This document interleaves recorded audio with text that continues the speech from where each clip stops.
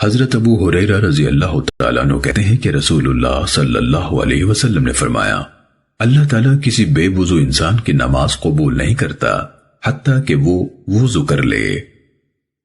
سنن ابو داود حدیث نمبر 60۔ سیدنا علی رضی اللہ تعالیٰ عنہ کہتے ہیں کہ رسول اللہ صلی اللہ علیہ وسلم نے فرمایا، نماز کی کنجی وضو ہے، اس کی تحریم اللہ اکبر کہنا اور اس کی تحلیل السلام علیکم کہنا ہے۔ سنن ابو داود حدیث نمبر 61۔ سیدنا ثوبان رضی اللہ تعالیٰ عنہ کہتے ہیں کہ رسول اللہ صلی اللہ علیہ وسلم نے فرمایا، 3 کام کسی کو روا نہیں ہیں، یعنی کوئی شخص کسی قوم کی امامت کرائے تو اہل جماعت کو چھوڑ کر خاص اپنے لیے دعا نہ کرے، اگر ایسا کیا تو ان سے خیانت کی۔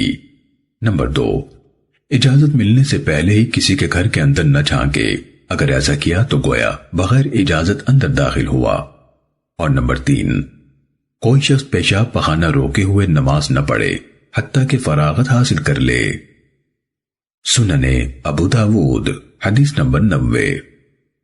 سیدنا ابو ہریرہ رضی اللہ تعالیٰ عنہ نبی کریم صلی اللہ علیہ وسلم سے روایت کرتے ہیں کہ آپ نے فرمایا، جو شخص اللہ اور آخرت پر ایمان رکھتا ہے اسے حلال نہیں کہ بغیر اجازت کے کسی قوم کی امامت کرائے اور نہ اہل جماعت کو چھوڑ کر خاص اپنے ہی لیے دعا کرے، اگر ایسا کرے تو ان سے خیانت کی۔ امام ابو داود رحمہ اللہ کہتے ہیں کہ یہ سند اہل شام کی اسانید میں سے ہے، اس میں ان کا کوئی شریک نہیں سوائے حضرت ابو ہریرہ رضی اللہ تعالیٰ عنہ کے۔